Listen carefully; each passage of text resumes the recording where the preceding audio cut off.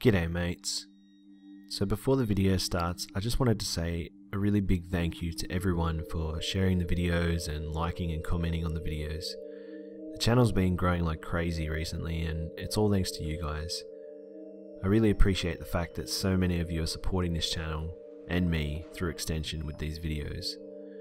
I also wanted to say thank you to everyone who's writing down their stories in the comments and on my Facebook and Twitter account. They're really interesting and I really like coming home and reading them. I'm excited to start sharing them with the rest of our mates too here on the channel. And this video contains the top 10 stories so far that I've read. I'm still working through many of the comment sections and there's heaps of stories, so keep sharing them and I'll continue to make videos like these guys.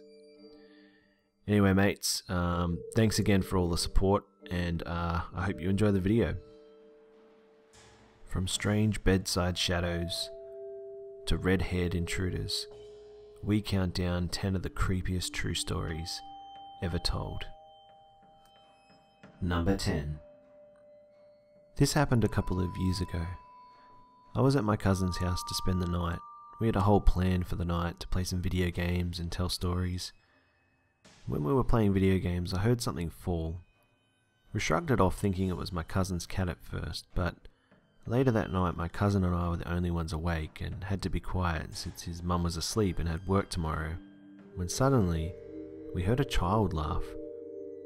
Me being the oldest and being overprotective with my family, I decided to check it out. And I know it wasn't my cousin's brother since it sounded like a 5-year-old and my little cousin was asleep at the time. I checked every room except for my aunt's room and I saw nothing in the other rooms, but then I quietly opened my aunt's door to see a tall figure standing over my aunt while she was asleep. I put my hands over my mouth so I wouldn't scream, and when suddenly the figure looked at me straight in the eyes. And then I couldn't help it. I screamed and the figure just went away. Till this day I have no clue what I saw, but I know that if I didn't come in sooner, it may have injured my aunt. Number 9. Okay, so this is when I first found out that my house was haunted. One evening, when my mum was at work and I was in my loft watching a movie, I heard a loud thump downstairs. I freaked out because we didn't have a cat at the time, and so I went downstairs to check out what it was. I said, "Mum?" But there was no reply, and the noise just seemed to stop. But then I heard a shuffling noise come towards me. I booked it upstairs straight away and I locked my door, but I soon heard crying. And it sounded like someone was crawling up the stairs. I thought it was someone within my family at first and maybe they'd been injured by someone who had broken in or something, so I quickly opened the door, but there was nothing there but quietness. And this is the part that's still horrifying to me to this day. When I went downstairs, there was no sign of a break-in, so I ran upstairs only to see a dark figure about my height run to my room. So I went to sit on my bed under my covers crying for some time before I left the house and I went to my friend's house. That was until my mum got home. Number 8. My dad's house, the house that I currently live in, it was built on where a mental asylum used to be. My room is on the end of the hallway and my brother's is directly opposite to mine. My room is on the end of the hallway and my brother's is directly opposite to mine. Earlier on in the day of this event, myself and my brother had a huge fight, so we didn't want to even look at each other, let alone speak. So when he came out of his room to go to the toilet at 2 AM, I gave him a quick glance, then looked back at my computer. Out of the corner of my eye, I saw him open the toilet door and he took one step back and froze. I could only see his other foot sticking outside of the door, but he didn't move at all. I looked over at him curiously and a moment later he took a step back, closed the door and hurried to his room, not looking up once. The next day I asked him what he did last night, thinking maybe he had been sleepwalking or something. He looked at me and said with genuine terror, "I saw a man in a hospital gown rolling back and forth in the bath saying, 'I'll be a good girl, mummy.'" Number 7. When I was a kid, we owned a property in a rural area. We always had things come up missing, only to be found later in the place. It was hours, sometimes days later. We had lived there since I was 3, and I called the ghost Herbie, which seemed to stick with the family. We had a lot of odd stuff occur, including my sister's fiancé waking to see a Civil War era Union soldier glaring at him from the hall. He never came back after that experience, and eventually we moved and my cousin bought the place and began renting it to a guy who was a real piece of shit. We never told them about Herbie, and one night the dude was actually beating his wife, and he told my cousin something grabbed hold of his arm, and he looked back to see a Union soldier glaring at him. His arm was ice cold, and he said it told him, "You get the hell out of this house and don't come back." He said he was shoved to the floor, and he and his wife left after that. My cousin moved in, and the first night there was banging on the house, first at the doors, then like someone was running around and tapping on the walls. There was no more pounding the next week, but things began to disappear and reappear in our new house. We were glad that was happening rather than the other stuff. Number 6. I was 13 when my family moved into our new house. It was big, which always scared my little sister Melissa. She had night terrors at the age of 4, and it started when we moved there. My dad had to work a 16-hour shift for the government, and my mum was always taking care of my younger 3 brothers and younger 2 sisters, which kept her away from the house unless she and her friends would have a girls' night.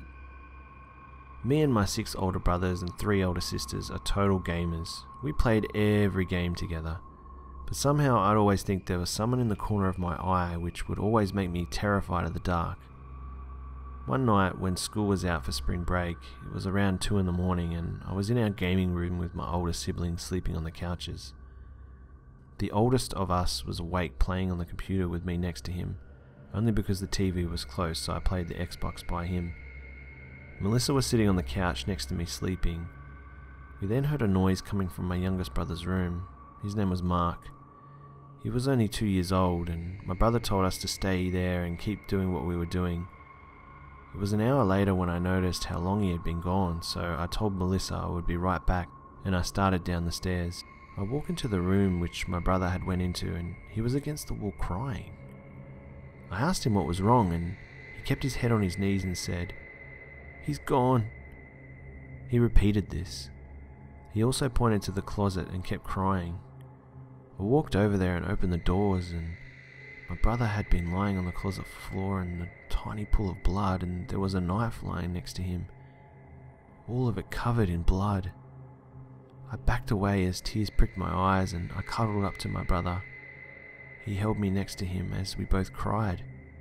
We'd been crying for a while when I remembered that we had to call the cops and get out our other siblings.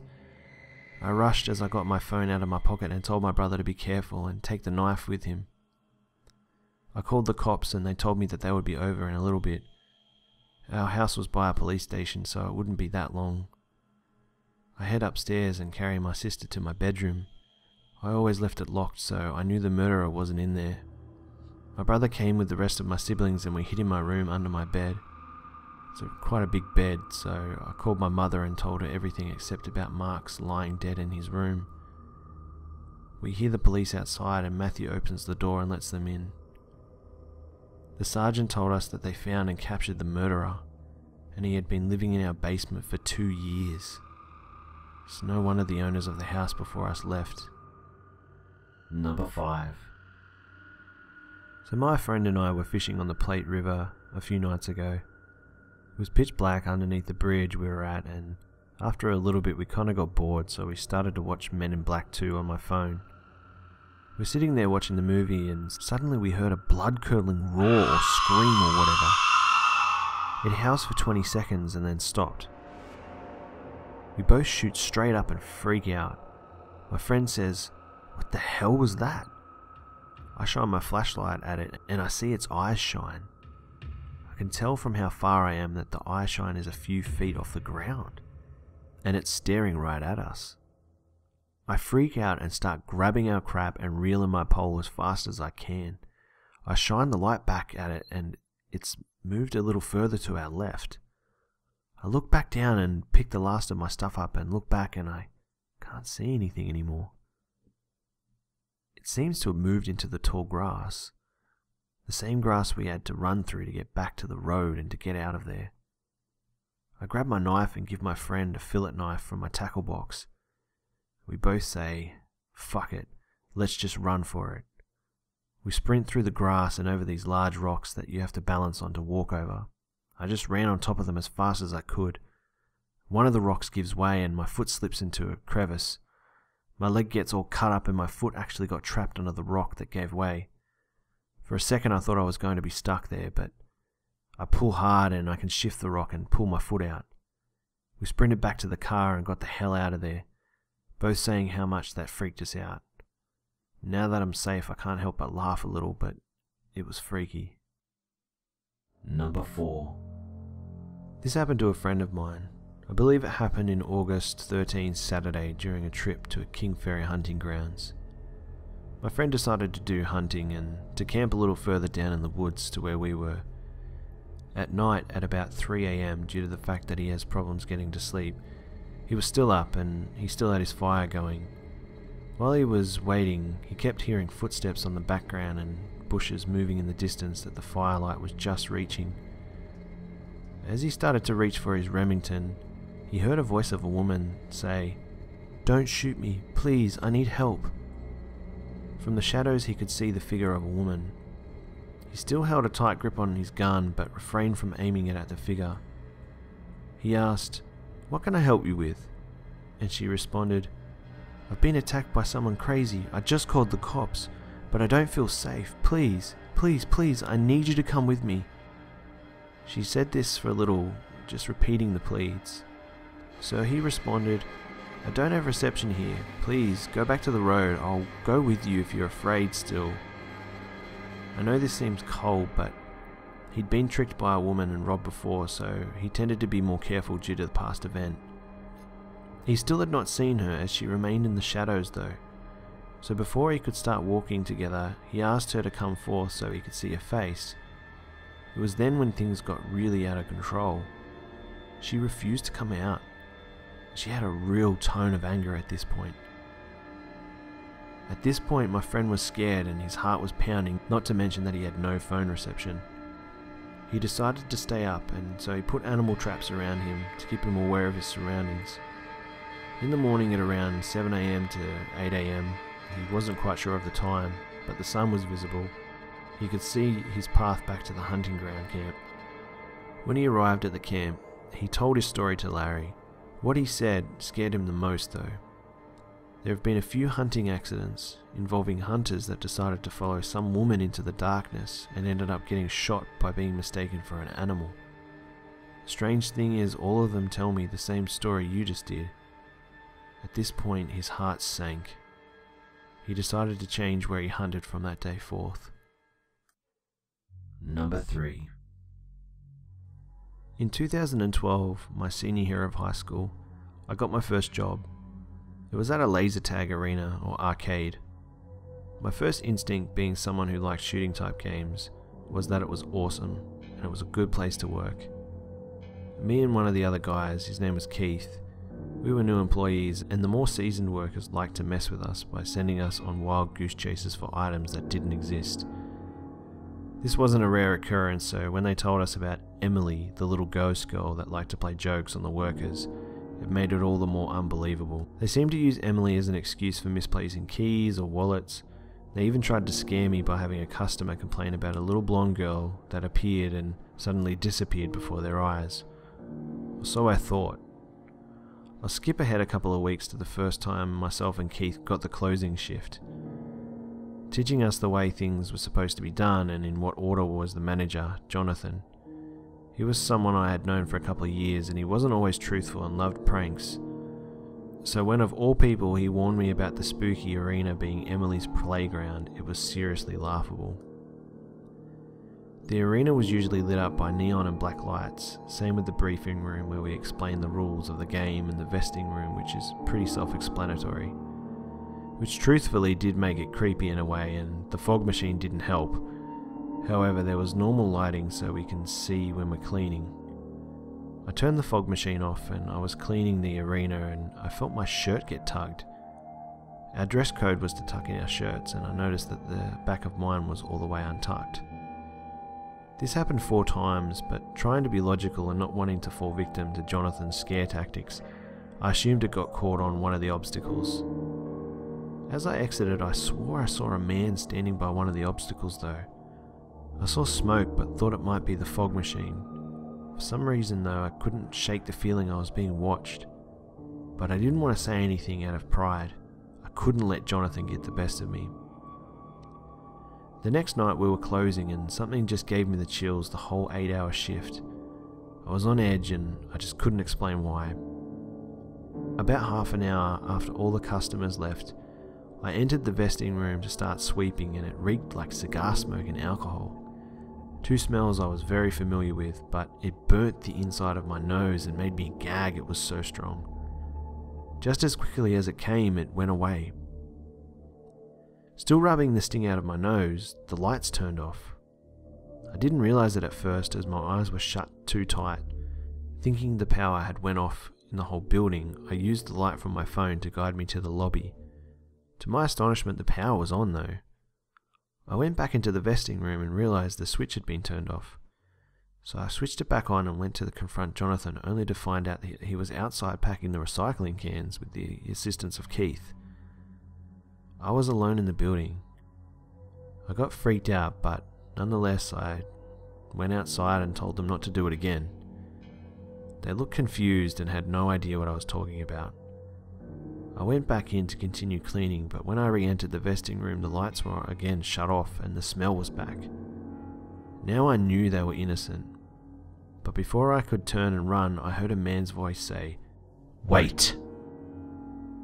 The voice was unfamiliar, but curiosity took over and I had to see who it was. I clicked on the light, but saw no one. I ran and got the other 2 to help search the building. Armed with brooms, we searched and found no one. But again, upon entering the vesting room, the smell of cigars and alcohol was present. All 3 of us noticed it, but I seemed to be the only one who was scared by it. We didn't see anything out of the ordinary, so we continued with our tasks. As we finished our work, we met in the lobby and decided to do one last search through the building to make sure nobody was inside before we left. The smell was no longer in the vesting room, but in the very back of the arena. Almost the second we started smelling it, Jonathan felt a hand around his neck and he threw himself to the floor to break the grip. Clearly in shock, his fumbled word came out, "Run!" As we ran to the exit, we heard a man laughing. It was too loud to dismiss. The exit led right into the vesting room. As we entered, we stopped running because the lights were off. The only light was coming from the door that led to the lobby that we had left open. Realizing that Keith wasn't in the room, we managed some courage and went back into the arena. It was dark, but the light switch to the arena was at the front desk. No one had went near it. Keith had just managed to find his way back. Tears in his eyes, he said he had fallen, and when he got into his feet, the lights had went out. Right before we opened the door to go back for him, we heard a man's voice say, "Don't look for me, or else." We went back into the lobby when the vesting room door slammed shut behind us, like he was glad to be rid of us. We locked up and went to my car to check Jonathan's neck. He complained that it was kind of hard to breathe. When we looked, we noticed red marks on both sides of his neck and in the middle. In the middle, you could almost make out 2 thumbs about an inch under his Adam's apple. That mark was deep red and lasted for about a week. Since that night, we continue to smell smoke and hear voices. We've even witnessed the little girl vanishing, but have still yet to see the man indefinitely. To this day, when something strange happens to us at closing, we just say what we're going to do at that time, get it done, and leave. It seems to work too. When we get new employees, we mess around with them, sending them on wild goose chases, the same ones I had once been sent on, for non-existent items. But our warnings are stern about the very real presence of Emily and Ralph. Number 2. I am very much a night person, and despite my girlfriend hating me going out past midnight, as she is always very worried about me going out so late, I always reassured her that everything is fine and that no one is ever out at this time. So I went out one night on a Friday for my daily walk. It was approximately 1 in the morning, and my usual route was to go out by my house, which is near a bridge which marks the entrance of the village, onto a mountain which is on the other side of the mountain, and then walk deep into the woods which are on the top of the mountain. So I started walking. The streets were completely empty except for the usual bunch of drunks passed out on the streets and rebellious teens. As I started to walk up the mountain, an unusual feeling of dread passed over me for a few seconds, but I thought nothing of it, as what the heck could happen anyway? I got out every night after all. I brushed it off as paranoia and kept walking up the mountain for a good 10 minutes until I got all the way to the top, started making my way to the forest. Now this is where a very strong ominous dread hit me, and I started to feel very cold and scared. It was a full moon and shone very bright on that night, especially on the top of the mountain where the forest was located. The shadows from the trees, however, were much darker than usual. I kept walking through my usual path, but I heard some manic laugh coming out from my right. In front of me was a path, and on my left were trees, and if I followed the path a little bit more and turned right, there would be a little circular opening where a tree was chopped down and where people, or more notably druggies and prostitutes, would go to do things. But this night it was different. It was not a usual laugh.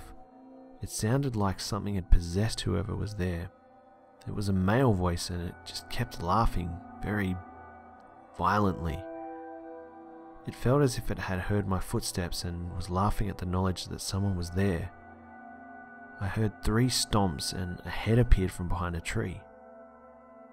It looked down the path and then slowly turned to me. His eyes widened immediately as he had seen me, and slowly his head moved back. He laughed even more and then started to growl very quietly and slowly. His growl gained volume as I stood on the path of the forest, completely shocked.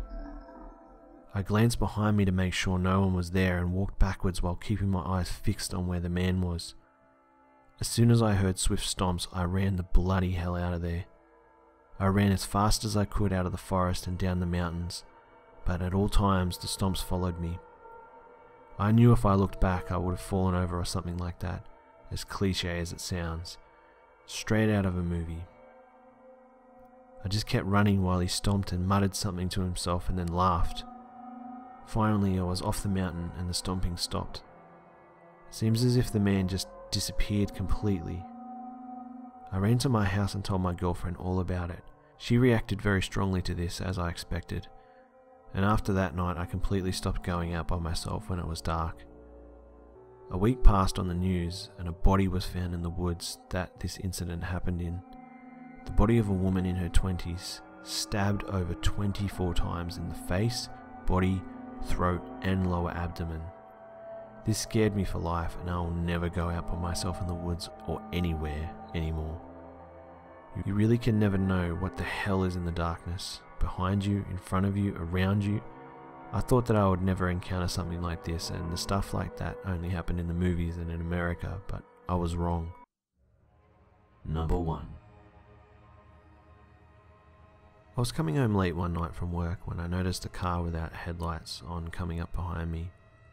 It came up on my bumper and started tailgating me as close as it could get. I was driving on a 2-lane country road and I didn't want to move into the opposite lane to try and let them pass in case another car came down the road. I tried speeding up and the driver behind me matched my speed and stayed right on my bumper. I then decided to risk getting into the other lane, as I could see down the road and there were no oncoming cars. Yet, as I did, the car also merged over, still staying right behind me. I pulled back into the right lane and it followed. Clearly something was wrong. As the streetlights passed over the car behind me, I could see the face of the driver. It was a woman. Her face was pale-skinned, almost snow white. Long messy red hair that looked like it hadn't been cleaned in a while hung down over her face, covering her eyes. Her mouth was exposed, however it was stretched into a long menacing grin, the white of her teeth reflecting in the light of the street lamps. By this point I was getting close to home and I didn't want to lead this psycho there. I knew I had to do something. Luckily I had a friend, let's call him Dave, who lived close, and I knew he would be at home at this time. I sped up, and when I got to his house I pulled into the driveway, pulled up close to the house and ran up to the door and started banging on it, screaming that I needed help. As soon as he opened the door I rushed in, shutting and locking the door behind me. I started explaining what had been going on and looked out the window to see if the car was still around, and it was. The car stood at the road of the foot of the driveway and just sat there, engine running, headlights on. Dave went and called the cops, and after what seemed like forever, the car slowly pulled away, continuing down the road and out of sight. A few moments later, the police showed up. Unfortunately, I couldn't give them much helpful information. I wasn't really all that into cars, so I really couldn't be sure of what the make was, and I had only seen a little of the driver. I stayed there for a few hours until I was able to calm down and hope that whoever it had been had time to be long gone. The next night driving home from work I was super cautious. There was only one way to get to my home, so it wasn't like I could take an alternate route. I kept watching the rearview mirror, expecting to see the same car and bizarre figure every time I did so.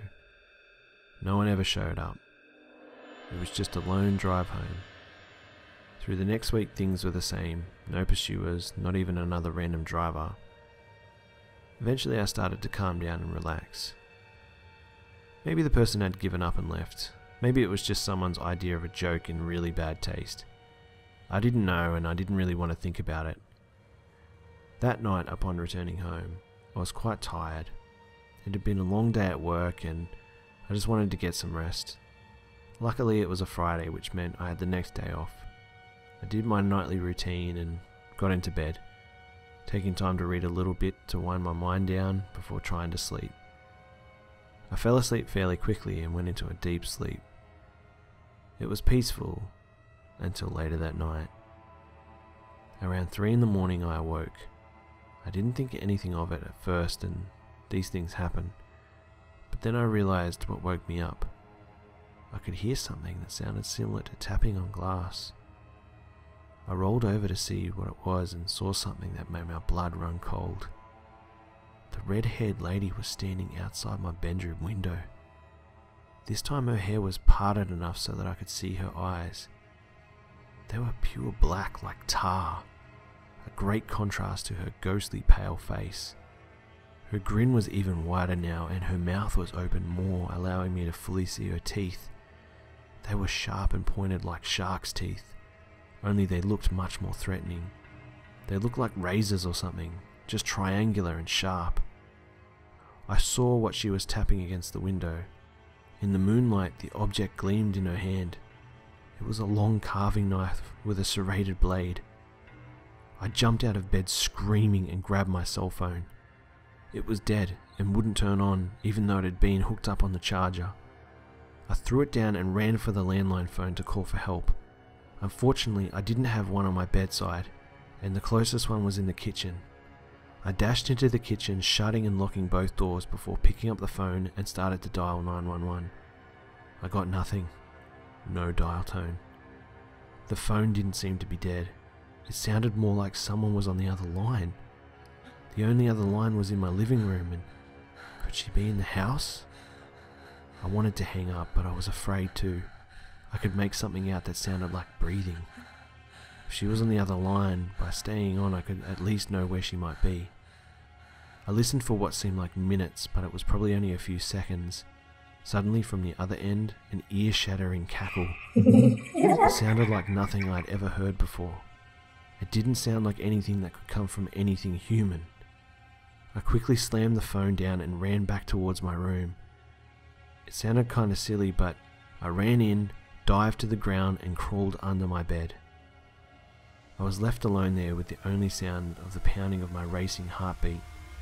I scanned what I could see from under the bed, but my view was too limited and it was too dark inside the house to see anything. That's when I heard footsteps, each one getting louder as they approached my room. Pale legs and bare feet walked into the room.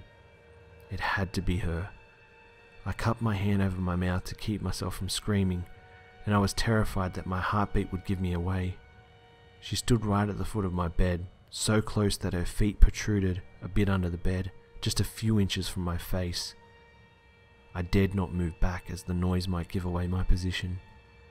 She started walking around the bed, slowly. My wide eyes followed with her each step. She walked around one side of the bed, then back around the other. Finally, she turned and headed back to the doorway, but stopped at the wall next to the door frame. I could hear tapping and scratching sounds before she finally left the room.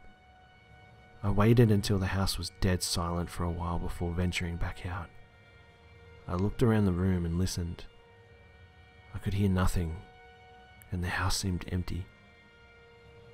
On the wall I saw what the sounds I had heard before she left the room were. Carved on my wall beside my door were the words, "I'll be coming back for you." Thanks for watching, guys. Make sure you hit that like and subscribe button if you enjoyed the video, and make sure you hang around for more videos, as there'll be plenty more to come.